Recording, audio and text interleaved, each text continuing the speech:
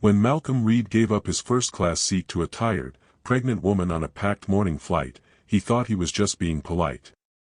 But what began as a simple gesture of kindness spiraled into a dangerous mystery that threatened not only the woman's family, but Malcolm's career, and even his safety. Her name was Grace. She was carrying her first child and grieving her father's sudden death. But her father left behind more than just memories. He left behind ledgers, threats, and a trail of suspicious money.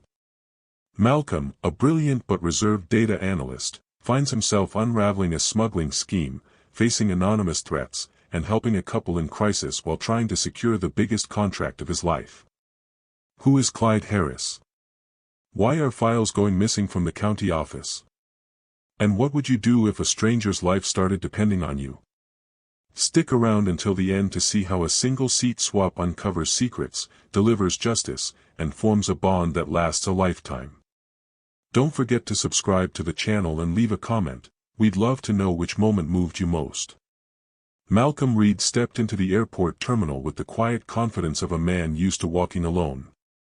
He didn't carry himself like someone out to make a statement, just a well-dressed professional in a tailored navy coat, clean white shirt, and scuffed brown leather shoes that had seen more airports than nights out.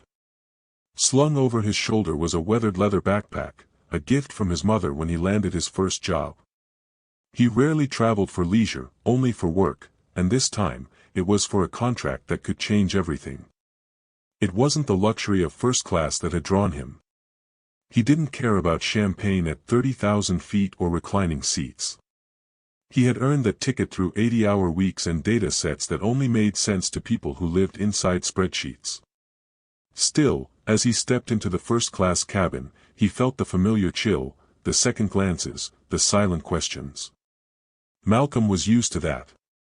A black man in a space not many expected him to be in. But he gave no one the satisfaction of discomfort. He nodded politely, took his window seat, and slid his novel, a tattered copy of Invisible Man, from his backpack. The hum of the engines, the muted chatter of passengers, and the gentle clink of glassware created a strange sense of calm. He hadn't felt that in weeks. The presentation he prepared for the upcoming meeting had consumed his every evening.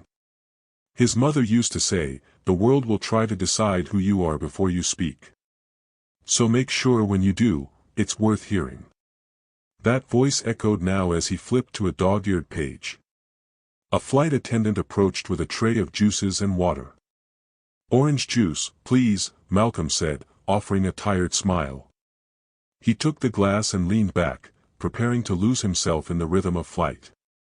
But then a murmur rippled down the aisle, a soft, almost apologetic commotion. Malcolm looked up. A young woman, clearly in her third trimester, stood gripping the overhead bin for balance. Her free hand rested protectively over her belly. Her face was pale and strained. Behind her, a man, presumably her husband, stood close, worry etched into his brow. They scanned the cabin, their eyes darting across the plush seats. But no one moved.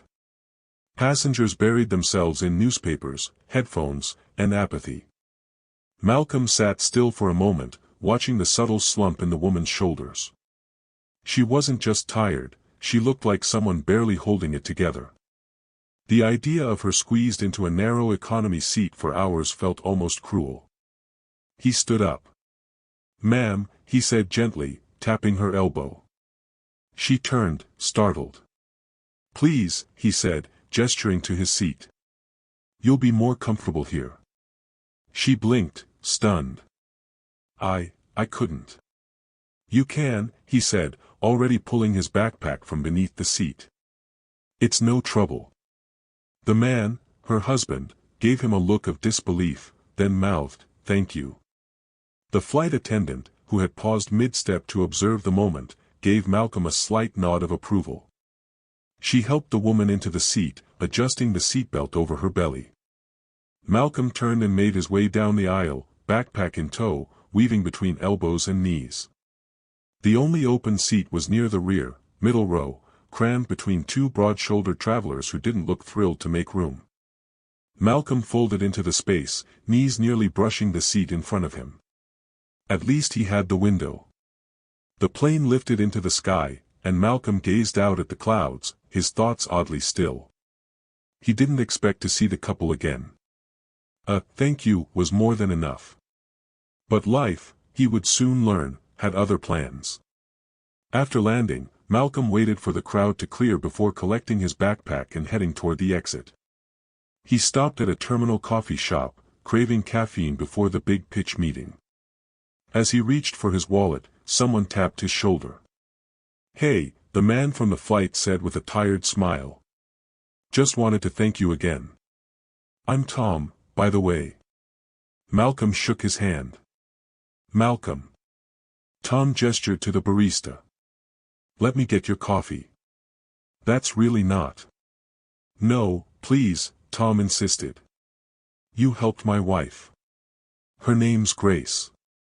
She had some complications last month. She wasn't supposed to fly, but we had to come out here. Her father passed away. She needed to be with family before the baby comes." Malcolm nodded, unsure of what to say. "I'm sorry for your loss." Tom's expression shifted, grief, gratitude, exhaustion all rolled into one. "She's strong. But it's been rough. Honestly, man, you didn't just give her a seat, you gave her a break she desperately needed." They exchanged numbers after Tom insisted. Malcolm figured he'd never hear from them again. But later that evening, as he was reviewing slides in his hotel room, a text lit up his phone. "Dinner? Our treat. Grace wants to thank you in person." Malcolm stared at the message for a moment. He usually avoided social dinners on work trips. But something about the invitation tugged at him. Maybe it was the raw sincerity in Tom's eyes. He replied, "Sure. Just send the time and place." The bistro was small, tucked away from the main road, with soft jazz playing and warm amber lights glowing through the windows. Tom was already outside, waving. Grace stood beside him, her face visibly calmer than it had been on the plane. They greeted Malcolm like an old friend. Inside, they chose a table near the corner, a quiet spot. Grace ordered hot tea, Tom got black coffee. Malcolm just asked for water. "I don't think I ever really thanked you," Grace said, her voice soft but steady. "I was at my breaking point on that plane. You have no idea what that seat meant." "I'm glad it helped," Malcolm said, brushing it off. But Tom leaned forward. "There's actually something else we wanted to ask you." Malcolm raised an eyebrow. Grace explained how, after her father's passing, she'd been going through his business records. He'd owned a small import-export company, but something felt off. There were unexplained payments, strange accounts, and missing files. "We have a lawyer," Grace said, "but we need someone who understands numbers. Someone we can trust." Malcolm hesitated. "I'm not an investigator." "We know," Tom said. "But you're smart. And you're kind.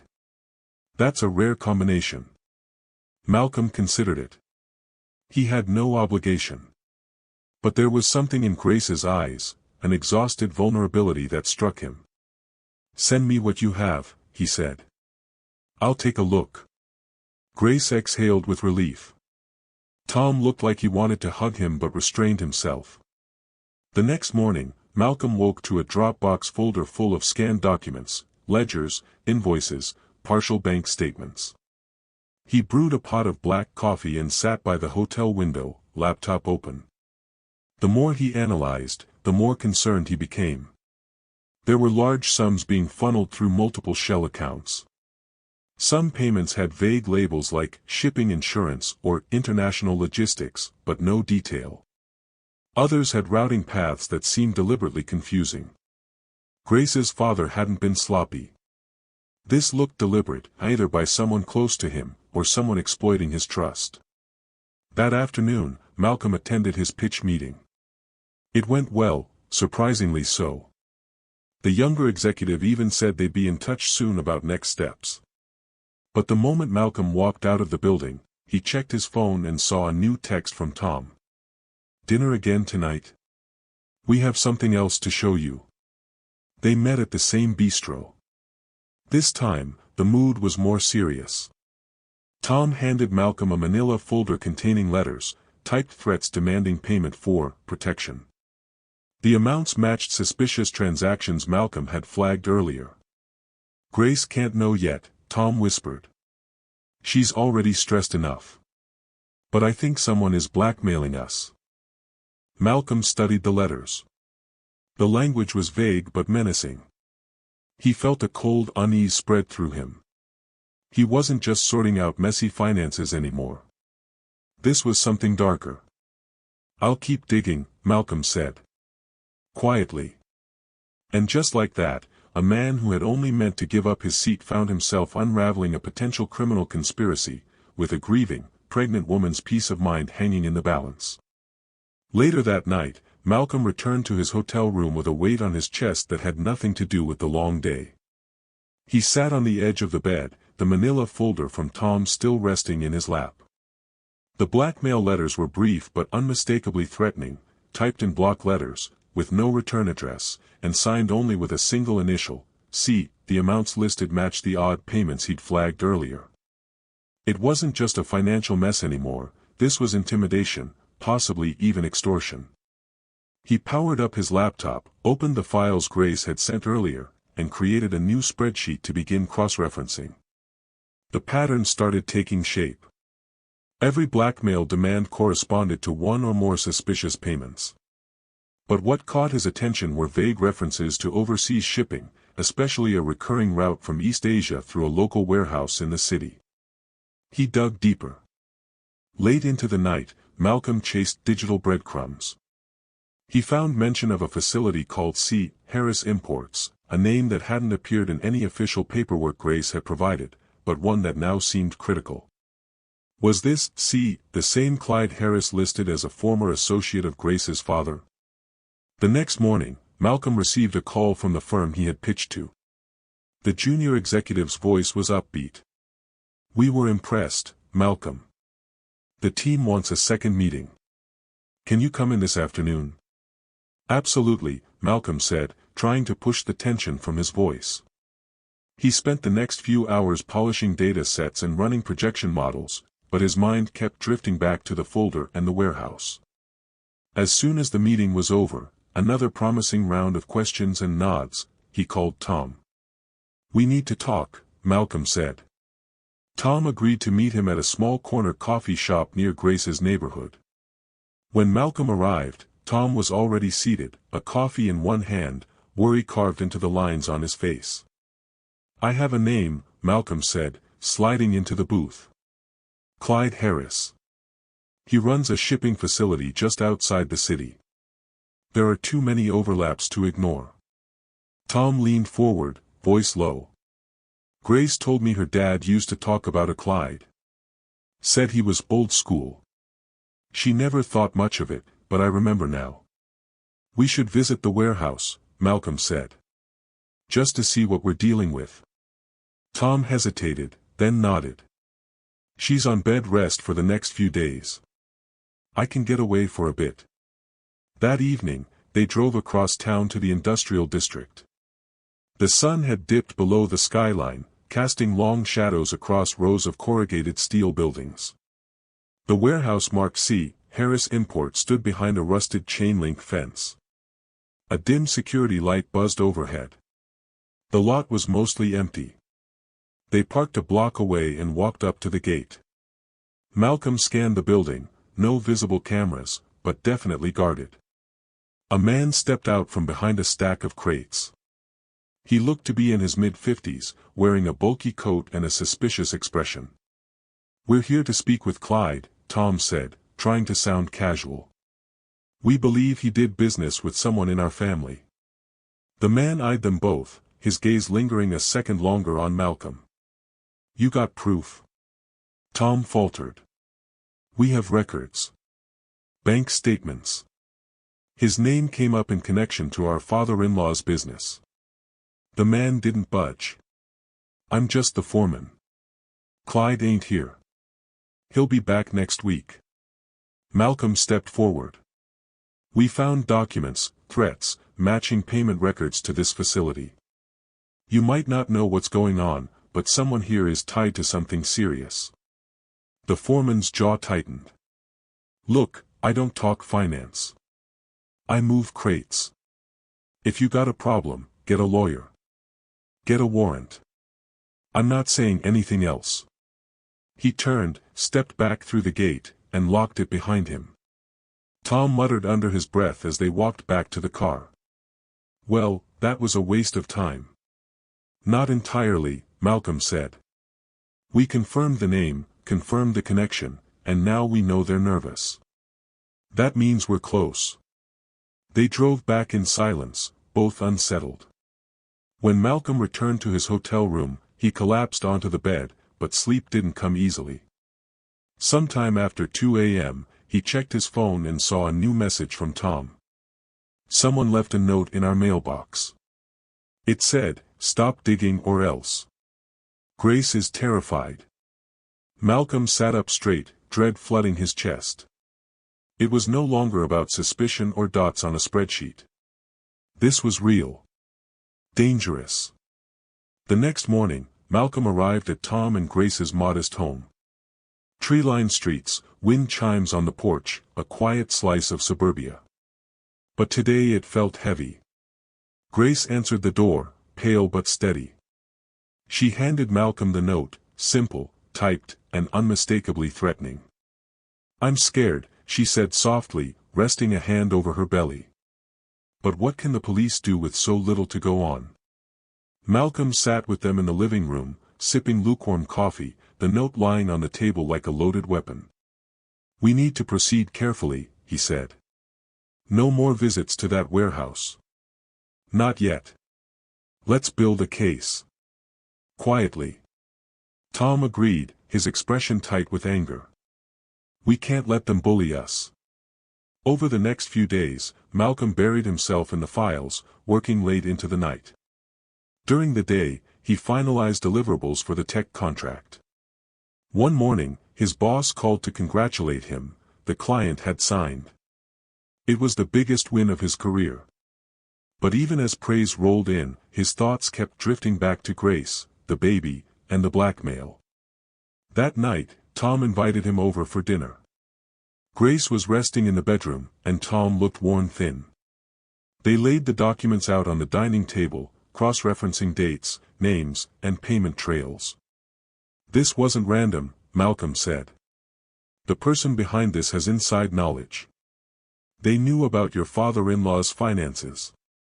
Knew which accounts to tap into." Tom frowned. There was another man. Ronald. Used to be his partner. Had a falling out years ago. Where is he now? No idea. Malcolm stayed up that night searching public databases, local listings, and social media. By morning, he found a Ronald Fletcher, living in a rundown apartment across town. He and Tom made the drive later that afternoon. The complex was old, the paint peeling from every window frame. A man in his late 60s opened the door, eyes sharp despite his age. When they mentioned Grace's father, Ronald exhaled deeply and let them inside. "I warned him about Clyde Harris," Ronald said, voice hoarse. "Told him the man was trouble. But he didn't listen. Clyde was smooth, promised big returns. I walked away before things got dirty." "Was it smuggling?" Malcolm asked. Ronald nodded slowly. "Rare stones. Maybe more. I couldn't prove it, but the numbers didn't lie. Your father-in-law, he trusted too easily." Tom looked shaken. "Do you think he knew he was being blackmailed?" "I doubt it. But a month before he died, he called me. Said he was scared. Said he needed to secure everything. That was the last time we spoke." Malcolm leaned forward. "Would you be willing to speak with an attorney? Maybe even help build a case?" Ronald hesitated, then nodded. "I didn't part on good terms with him, but I owe Grace the truth." Back at the house, Grace sat quietly as they shared what Ronald had told them. She stared at the photo of her father on the mantel. He made mistakes, she whispered. But he wasn't a criminal.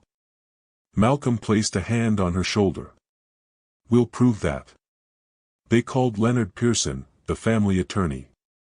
Leonard reviewed everything, documents, threats, testimonies, and recommended hiring a private investigator. He would help gather solid evidence before bringing it to the authorities. I'll be the point person, Malcolm said. Let me handle it. He wasn't sure why he volunteered. Maybe it was loyalty. Maybe it was the weight of responsibility he now felt. But the decision came easily.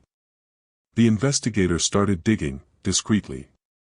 Within a week, he traced some of the transactions to a secondary account registered under a fake business name.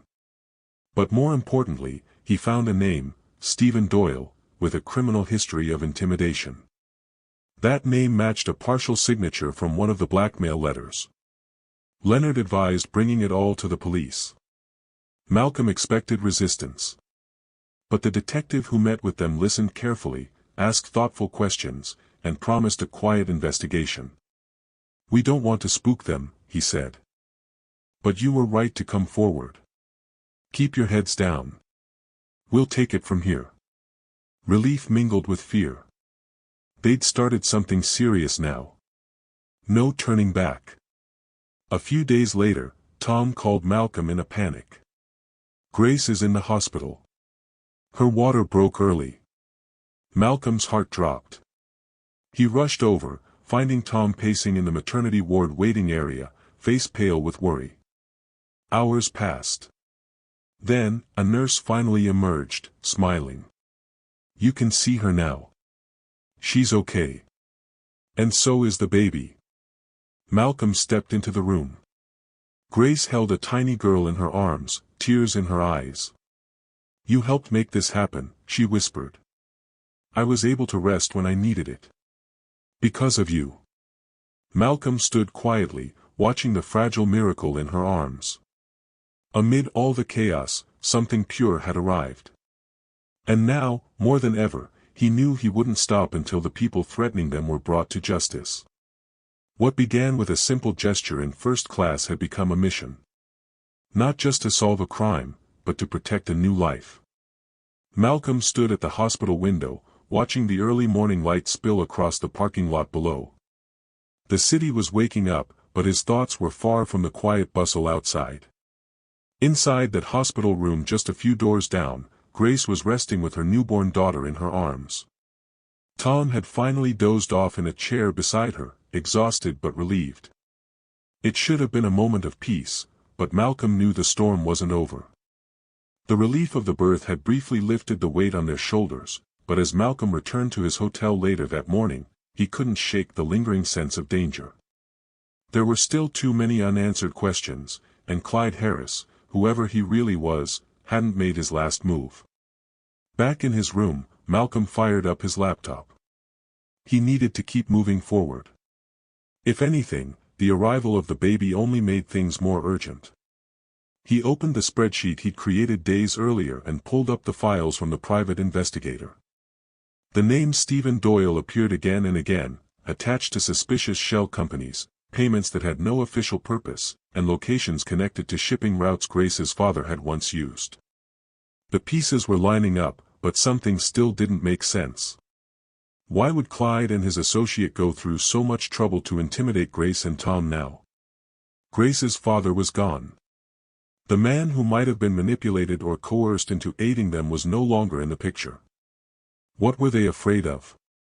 Malcolm zoomed in on a payment dated just 3 weeks before Grace's father died. The description read, Logistics Coverage, the amount, $94,000. There was no invoice attached, no paperwork explaining the expense. But the initials, stood out. He did a quick search, Harris Imports. He leaned back in his chair, processing what that meant. The payment wasn't for services. It was a payoff. Either hush money or a bribe, or both. He picked up the phone and called Leonard, the attorney. We need to talk about that final payment, Malcolm said. Leonard agreed to meet later that afternoon. They sat in his office, a modest space lined with legal books and photos of Leonard's 3 grown kids. "This payment stands out," Malcolm said, showing him the screen. "I think Grace's father was trying to cut ties. Maybe he realized something was off, and this was his way of walking away." Leonard nodded grimly. That might explain why things escalated after his death. If Clyde thought he was losing control of the operation, he might have panicked, and when Grace inherited the estate, she became the loose end. "Which means," Malcolm said, "they might still be watching. Waiting to see if she uncovers something that could hurt them." Leonard's expression hardened. "It also means we need to protect her, and the baby." Over the next several days, Malcolm juggled 2 lives. During business hours, he returned to the office of the tech firm that had hired his company, answering questions, building out dashboards, and guiding their internal team through his proposed analytics strategy. The project was shaping up to be a success, and his boss back home was thrilled. But after hours, Malcolm was back on the trail. He met with the private investigator, scoured online business filings, tracked IP addresses, and analyzed every file Grace and Tom provided. A clear pattern emerged. Clyde Harris had been using Grace's father's company to smuggle illicit goods, possibly rare gems or luxury contraband, hidden in otherwise legitimate shipments. Grace's father might not have known at first. But once he discovered the truth, he likely tried to back out. That final $94,000 was a parting gift, or a ransom to keep quiet. And then, he died. The autopsy had been clean. Heart failure. Nothing unusual. But now Malcolm couldn't help but wonder, was it natural? Or was it timed? He didn't share that thought with Grace. Not yet. One evening, Tom called with a new concern. "We had a car parked across the street for 2 nights in a row," he said. "Didn't move. When I stepped outside with the baby monitor, it took off." Malcolm's pulse quickened. "License plate?" "I got the last 4 digits. I already gave it to Leonard." "But Malcolm, Grace is scared. She can't sleep. Every noise makes her jump." "I'll come over," Malcolm said. "You're not going through this alone." That night, he brought groceries, a few meals, and a sense of calm. Grace looked pale, dark circles under her eyes, but she was holding the baby close. The child, named Hope Amelia, seemed blissfully unaware of the tension swirling around her. After dinner, Malcolm sat in the living room with Tom, the baby monitor humming softly on the coffee table. "I think it's time we talk to the detective again," Malcolm said. "Ask them to escalate." Tom nodded. "We're past subtle now." Leonard arranged a follow-up meeting with the detective. This time, the tone was more serious. The police had been conducting background checks on Clyde Harris and Stephen Doyle. Both had sketchy financial histories, but so far, nothing that would guarantee a conviction. However, with the new surveillance report, combined with Ronald's statement, the blackmail letters, and the payment trail, they finally had enough to request a search warrant for the warehouse. 3 days later, it happened. The police raided C. Harris Imports just before dawn.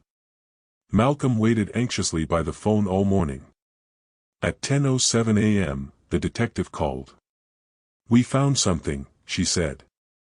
The evidence recovered from the warehouse was staggering. Dozens of falsified shipping invoices. Hidden compartments in crates. A stash of luxury goods, gemstones, watches, designer merchandise, worth hundreds of thousands. And on a single laptop, a folder labeled GC, hold, containing scanned copies of Grace's father's financial records. It was the smoking gun. Clyde Harris and Stephen Doyle were arrested that same afternoon. The charges included fraud, smuggling, tax evasion, and criminal conspiracy. Grace and Tom were placed under temporary protective surveillance, and Malcolm was officially thanked by law enforcement for his role in connecting the dots. But he didn't feel like a hero. He felt tired. Drained. Relieved, yes, but also aware of just how close they had come to something far worse. That evening, Grace called. Her voice was soft, but steadier than it had been in weeks. "It's over," she said. "I can breathe again." Malcolm didn't say much. Just listened. Sometimes, that was all that was needed. "You were there when we had no one," she continued. "You stepped into a mess that wasn't yours and treated it like it mattered. You treated us like we mattered." "You do matter," Malcolm said simply. In the weeks that followed, life slowly returned to normal. Tom and Grace met with their attorney to finalize the estate matters. Ronald stayed in touch, offering further testimony for the case. The baby grew stronger each day, sleeping longer and smiling more. Grace started smiling again too. Malcolm remained in the city a little longer to help tie up loose ends. His firm was impressed with his client work, and his boss encouraged him to take his time wrapping up personal business. The phrase made Malcolm smile. Few people at work knew just how personal it had become.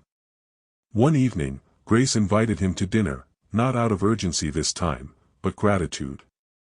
They sat around the table, this time sharing stories, laughter, and the quiet bond forged by months of fear and faith. Hope Amelia gurgled from her high chair, flinging mashed peas across the table.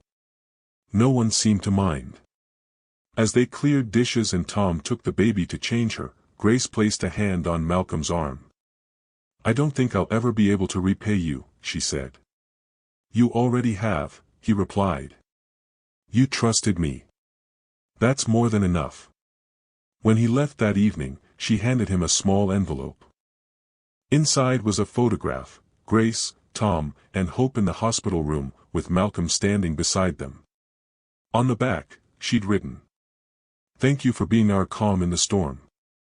Malcolm tucked it into his wallet, where it would stay for years.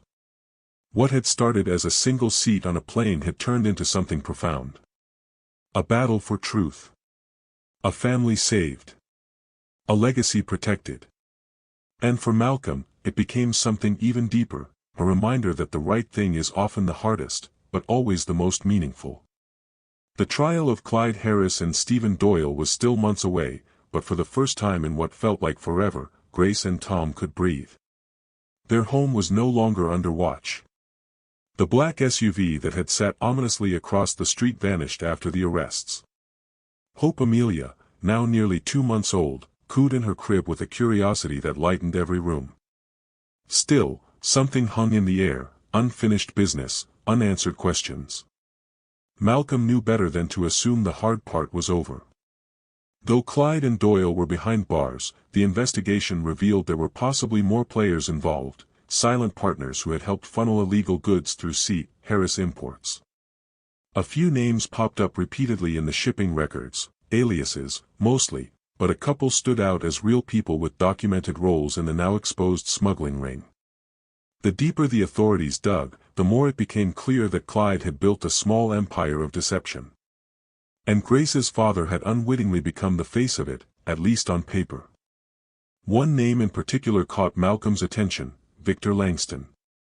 Listed as a consultant in several overseas shipping manifests, Victor had signed off on numerous documents tied to the inventory stored at the warehouse. But there was no tax ID associated with him, no real address, until the private investigator traced him to an office suite in Newark, New Jersey. Leonard, the attorney, wanted to hand this lead over to the authorities immediately, but Malcolm felt a responsibility. He had been there from the beginning, not as a lawyer or cop, but as a man who simply cared too much to walk away. "I'm flying out," he told Tom. "I'll visit the office myself." "You sure?" Tom asked, shifting Hope to his shoulder. "You've already done more than we could have asked." "I'm sure," Malcolm said. "We can't let someone else rewrite your father-in-law's legacy." Malcolm booked a flight the next morning, this time not in first class. He didn't need the comfort. He arrived in Newark by noon, the city wind sharp as he stepped out of the airport. The address led him to a modest high-rise with tinted windows and the impersonal air of a place designed to make people disappear. Suite 1407. The nameplate read LGS Consulting, a vague name with no hint of what went on inside. He knocked twice. The man who opened the door was in his 60s, wiry and silver-haired, with a hard expression that had likely weathered its share of interrogations. "Can I help you?" he asked, guarded. "I'm looking for Victor Langston," Malcolm said calmly.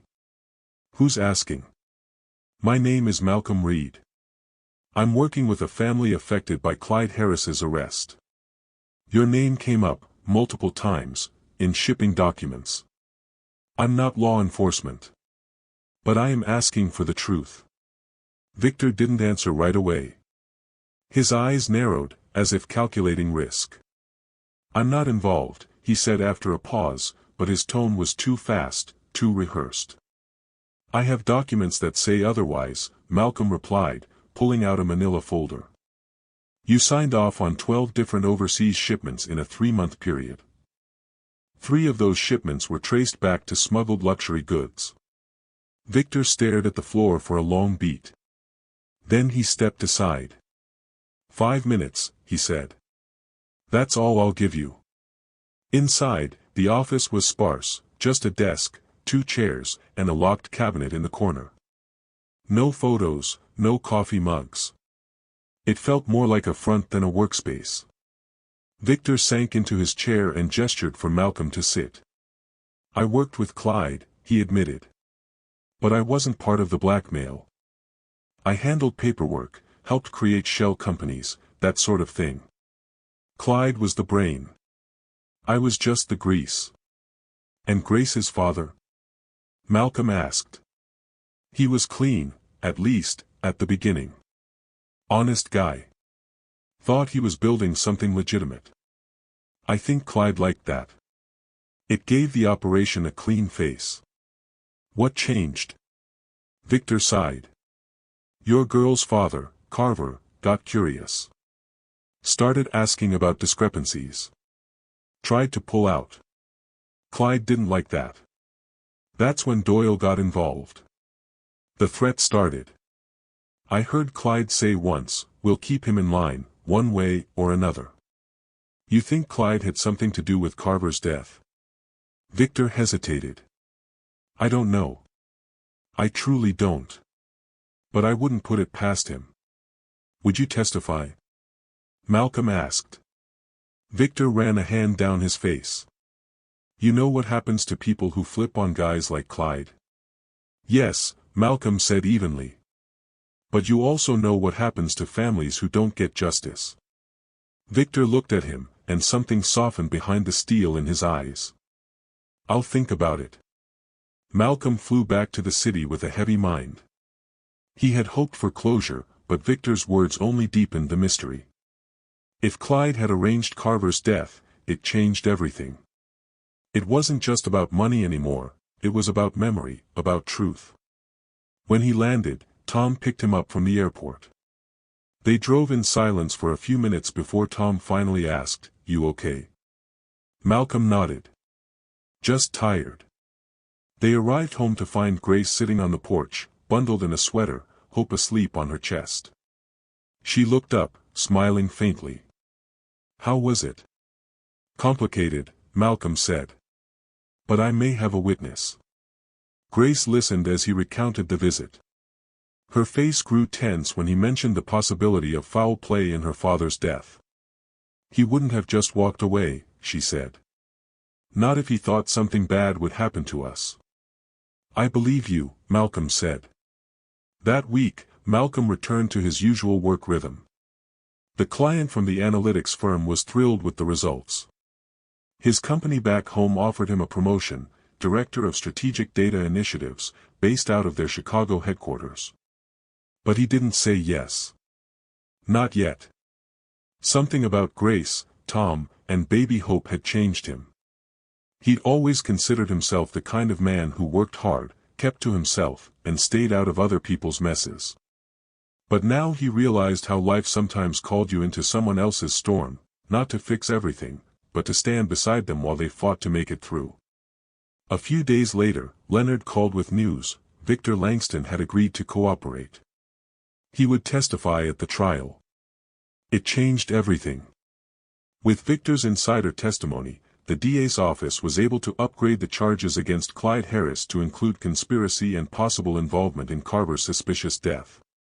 A second autopsy was ordered, something Grace had once been too afraid to request. Malcolm offered to accompany her to the medical examiner's office, and she accepted. The new report showed elevated levels of a rare compound, something that could induce cardiac arrest in older men with pre-existing conditions. It wasn't definitive, but it was enough to raise questions. Enough for a judge to greenlight a deeper inquiry. The case was no longer just about smuggling and fraud. It was about justice, for Carver, for Grace, for a family nearly torn apart by lies and greed. On the day of the preliminary hearing, Malcolm sat in the back row of the courtroom, watching Grace take the stand. Her voice didn't shake. Her hands didn't tremble. She spoke with the quiet strength of someone who had faced the worst and decided to keep going anyway. Victor followed, his testimony clear, specific, and devastating to Clyde's defense. And then, Clyde took the stand. He was smug at first. Defiant. But under pressure from the prosecutor, his facade began to crack. When they introduced the forged documents and tied them to his warehouse and shipping routes, his silence said more than words ever could. The judge denied bail. The trial was set for later that year. As the courtroom emptied, Grace walked over to Malcolm, her daughter now nearly 3 months old in her arms. "I couldn't have done this without you," she said. "You could have," he replied. "But I'm glad you didn't have to." They walked out into the bright spring air together, a quiet trio bound not by blood, but by something stronger, trust. Malcolm had come into their lives by chance. But he stayed by choice. And now, as justice loomed on the horizon, it was clear that none of them would ever be the same. In the weeks following the preliminary hearing, a sense of calm began to settle over Grace and Tom's home. The baby, Hope Amelia, had grown into a giggling, alert infant with a soft curl of dark hair and wide, wondering eyes. Malcolm visited often, sometimes with groceries, sometimes just for a cup of coffee and a quiet moment in the backyard. But beneath the peace, they all knew the story wasn't finished. The trial date for Clyde Harris and Stephen Doyle had been set for early summer, and with Victor Langston's agreement to testify, the prosecution had started building a stronger, more aggressive case. Grace had been asked to prepare a detailed account of her father's business history, and Leonard, the family attorney, worked closely with the district attorney to help connect the paper trail to the criminal enterprise. But for Malcolm, life was changing on another front. His firm's Chicago office had followed up again about the promotion. They were ready to finalize the move. The pay was excellent. The role came with a generous relocation package, stock options, and a title that reflected years of dedication. His name would be printed on glossy reports, quoted in boardrooms, and whispered across strategic meetings. And yet, he couldn't say yes. Every time he sat down to draft a response, his thoughts drifted back to Grace, Tom, and Hope. To the quiet resilience of a family that had opened their lives to him. To a little girl who gripped his finger with absolute trust. To the feeling that maybe, just maybe, his purpose wasn't confined to numbers and dashboards. One evening, over dinner at their home, Tom picked up on Malcolm's silence. "You've got something on your mind," Tom said, slicing into a grilled chicken breast. "Work?" Malcolm nodded. "They want me in Chicago." "That's big," Tom said. "You've earned it." Grace glanced up from where she was feeding Hope mashed peas. "Are you going to take it?" "I don't know," Malcolm admitted. "For the first time in my life, I'm not sure what success looks like." Tom chuckled. "Funny. I used to think it was a corner office and a fat 401k. Now I think it's my daughter sleeping through the night." They laughed, but the moment lingered. Malcolm continued assisting Leonard and the investigators as new documents came to light. Several smaller import companies had surfaced as part of the larger smuggling ring, many of them likely unaware they were complicit. But one, Braemore Logistics, stood out. Registered under a false name, the company had processed over $2 million in shipments connected to Clyde's network. And when the address was traced, it led back to a storage unit just 30 minutes outside the city. Leonard called Malcolm right away. "I know the police are handling this," he said, "but if you're up for it, I think we could use your eyes on this data." Malcolm spent 3 days analyzing financial transfers, shipping manifests, and warehouse records. What he found was disturbing. Braymore had received payments from accounts directly linked to Grace's father's estate after his death. "How is that possible?" Grace asked, alarmed, when Malcolm shared the news. "I don't know yet," he replied. "But someone may have been forging his digital signature, or worse, someone still has access to one of the dormant business accounts." They contacted the detective on the case.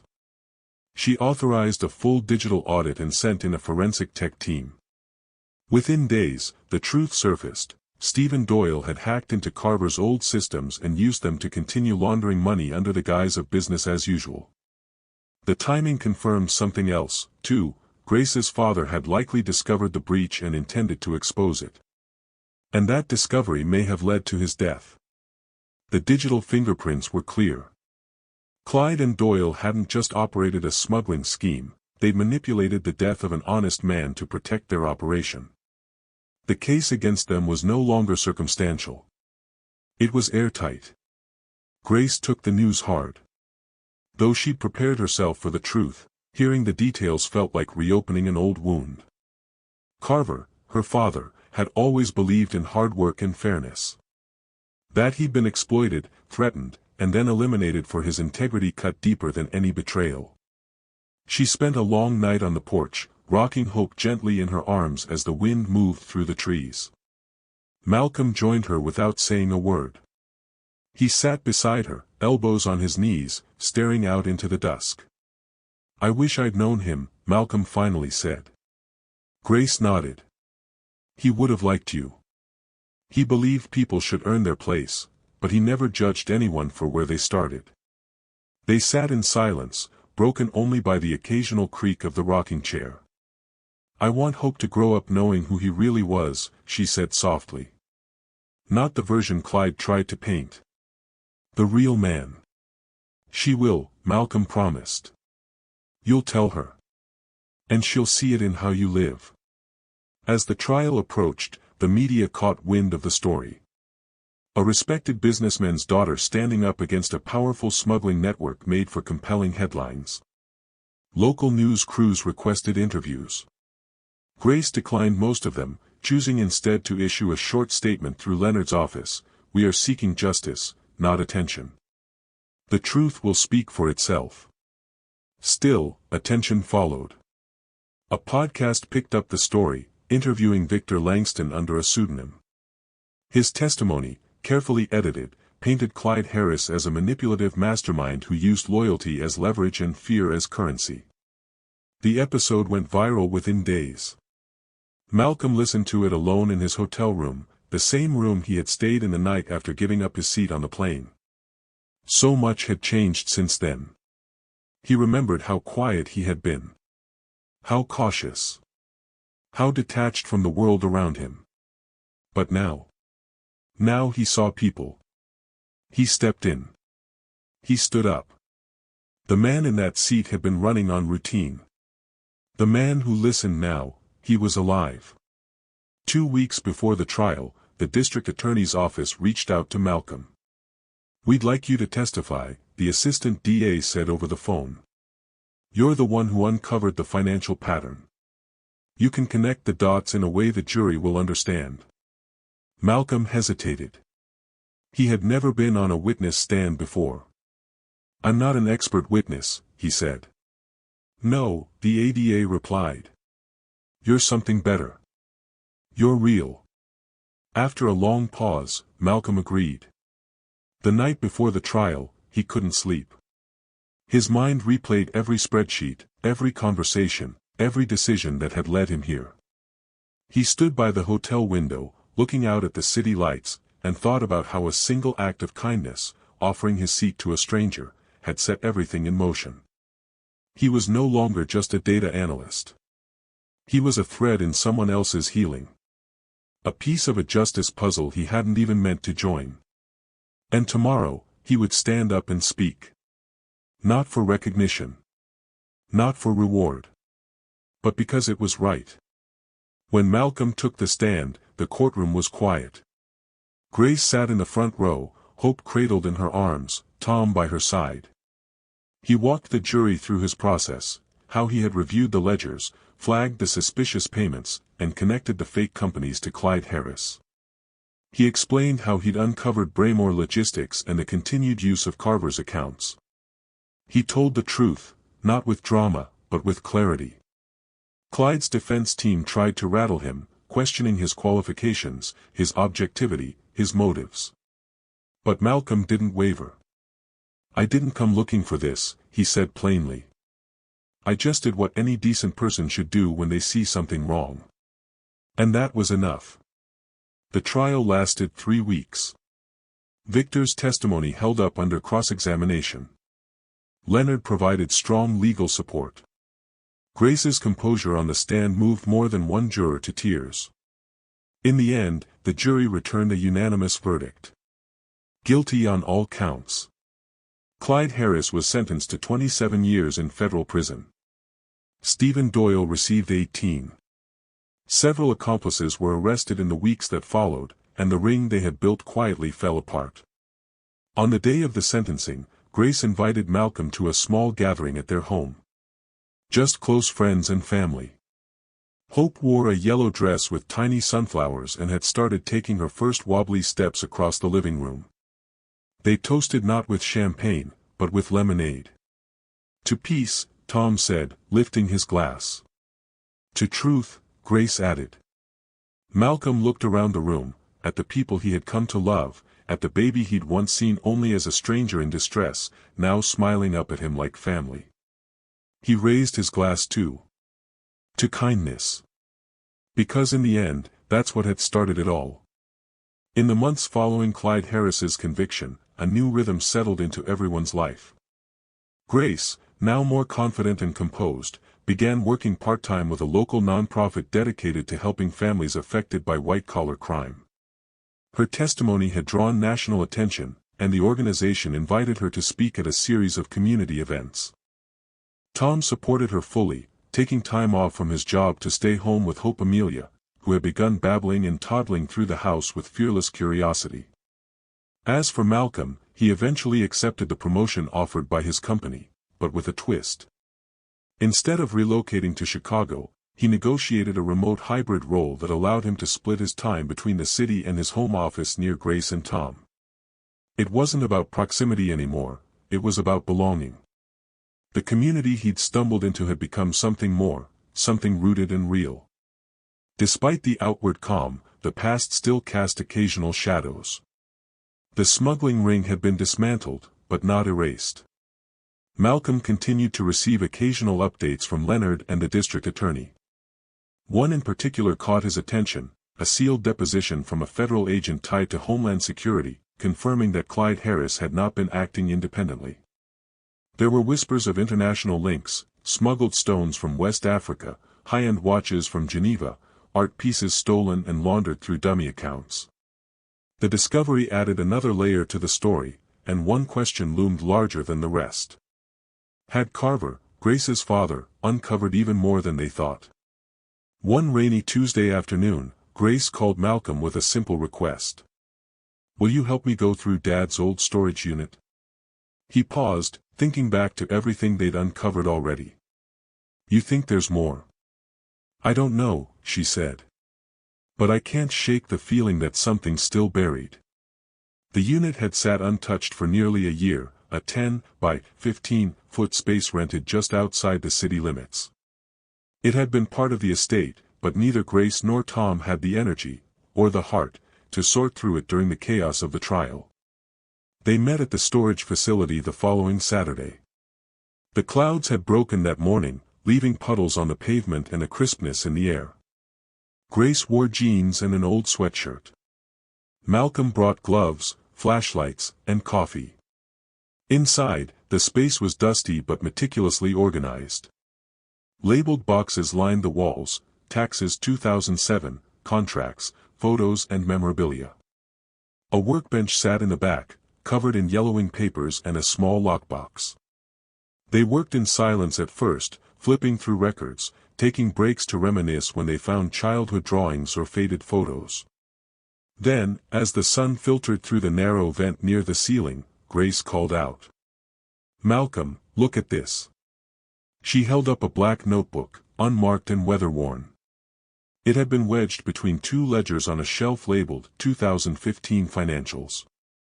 Malcolm took it, flipping through the pages slowly. Inside were notes in Carver's handwriting, concise, methodical entries. There were meeting dates, transaction codes, initials that didn't appear in any official documents. And one passage, scrawled at the top of a page in red ink, stood out. "If anything happens to me, start with CH. But don't stop there. Someone bigger is hiding behind the curtain." Malcolm stared at the words, a chill creeping down his spine. Grace said nothing at first, her fingers brushing the corner of the page as if trying to feel her father's presence through the ink. "He knew," she whispered. "He did," Malcolm replied. "And he tried to leave a trail." They continued searching the boxes, finding more notebooks, each filled with data, shipment schedules, notes about unusual activity, questions about suppliers with no traceable history. One name popped up again and again, Ludlow Mercantile. Back at Leonard's office, they handed over the notebook and accompanying files. The attorney reviewed them with widening eyes. "This changes things," he said. "If there's a larger network behind Clyde, and Carver was documenting it, we could be talking about an entirely new investigation." Within a week, the federal authorities reopened portions of the case, this time focusing on Ludlow Mercantile and its offshore accounts. Malcolm once again found himself in the thick of it, this time working alongside forensic analysts from the Department of Justice. His unique knowledge of Carver's business systems made him an asset, especially since his earlier efforts had led to airtight convictions. The more they dug into Ludlow, the more troubling it became. The company had been registered under layers of holding entities, many of which existed solely on paper. Shipments listed as textiles or glassware had passed through ports across the East Coast, but upon closer inspection, some appeared to be carrying stolen antiquities, items flagged by Interpol and linked to looted museums in conflict zones. The smuggling operation was far bigger, far older, and far more dangerous than any of them had imagined. Carver, it seemed, had gotten close to the center of a global web. And someone, somewhere, had silenced him before he could expose it. That knowledge hit Grace harder than expected. In the months after Clyde's sentencing, she had started to reclaim her life, to breathe again. But now, as Malcolm shared findings from the new investigation, she began wrestling with a different kind of grief. Not just over the loss of her father, but the realization that his death might have been the result of an international conspiracy, not just a greedy associate with too much to lose. "I don't want him remembered as a victim," she said one night, sitting beside Malcolm on a park bench while Hope napped in her stroller. "He fought. He tried to protect us. He'll be remembered for all of it," Malcolm said. "But mostly for being the kind of man who did the right thing, even when it was dangerous." Grace looked at him with quiet gratitude. "Like someone else I know." He didn't answer, only smiled. By the end of the year, federal indictments were handed down to several members of the Ludlow network. Arrests were made in New York, Miami, and even as far as Belgium and Kenya. The authorities credited the investigation's reopening to uncovered ledgers and personal accounts provided by the family of a deceased whistleblower. Carver's name was mentioned. He was finally recognized for what he had been, a man who uncovered the truth and paid the price. At the same time, the district attorney's office informed Grace that they were planning a posthumous commendation. It wouldn't undo the loss, but it would bring honor back to her father's legacy. Grace agreed. A small ceremony was held at City Hall. Press were limited. It wasn't about headlines, it was about closure. About dignity. Leonard gave a brief speech. Malcolm stood in the back, hands folded, as Grace accepted a plaque on her father's behalf. Hope toddled beside her, gripping the hem of her mother's dress, smiling up at the faces around her. When it was over, Grace walked over to Malcolm. "You came," she said. "I wouldn't have missed it," he replied. She smiled. "You've seen this all the way through." "Almost," he said. "There's still one thing left." She raised an eyebrow. "I'm thinking of starting something," he said. "A non-profit. Focused on digital investigation support for families dealing with white-collar crime. I've already got a few former clients willing to back it. But I'd need someone like you, someone who understands what it's like." She stared at him for a moment, eyes welling with emotion. "Let's do it," she said. That winter, they launched the Carver Initiative. Named after the man who had sparked the journey, the nonprofit offered free data analysis and legal consultation referrals for families who suspected financial fraud, embezzlement, or corporate abuse. Malcolm took the lead on strategy and analytics. Grace led community outreach and storytelling. Tom, when not wrangling Hope, managed logistics and tech. The project took off faster than any of them anticipated. Within 3 months, they were fielding cases from across the country. People needed help. Honest people. People who didn't know where to start. And now, they had a place to turn. Grace often said the story was never just about her father. It was about the power of one small act, a seat given up on a plane, that rippled outward and changed everything. Malcolm knew she was right. And as he watched Hope learning to walk confidently across the floor of their small shared office, he smiled. Because the future wasn't something to fear anymore. It was something they were building, together. Spring gave way to summer in the city, and with it came a new chapter for the Carver Initiative. What began as a small effort between Malcolm, Grace, and Tom quickly blossomed into something much larger than any of them had imagined. Calls poured in from across the country, single mothers worried about hidden debts left behind by deceased spouses, elderly couples confused by mysterious withdrawals, even whistleblowers unsure of how to proceed against unethical employers. They weren't just receiving cases. They were giving people hope. The office, once just a shared space inside a community center, had moved to a modest brick building in a quiet part of town. The sign out front read the Carver Initiative, Justice Through Data. Inside, walls were lined with framed quotes, news articles, and photographs of those they had helped. In the center of it all was the original photo of Grace's father, Carver, holding her as a baby, his smile gentle, protective, and proud. One day in mid-July, Grace walked into Malcolm's office holding a letter. "It's from the governor's office," she said, setting it gently on his desk. "They want to honor Dad with a posthumous medal of civil contribution. They want us to attend the ceremony in D.C. Malcolm leaned back in his chair, stunned. "That's incredible." Grace nodded, tears brimming. "He never sought recognition.